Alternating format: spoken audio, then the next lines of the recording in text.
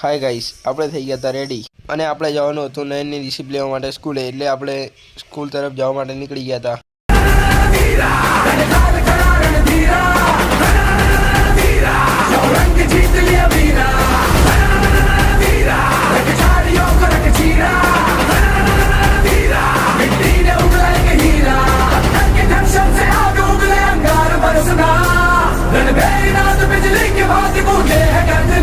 આપણે પહોંચી ગયા હતા નિશાળે જઈને આપણે સાહેબ માં જતા રહ્યા રિસીપ લેવા માટે.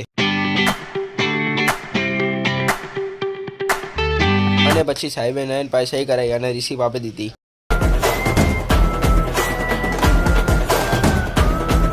અને રિસીપ લઈને અમે નીકળી ગયા હતા ઘર તરફ જવા.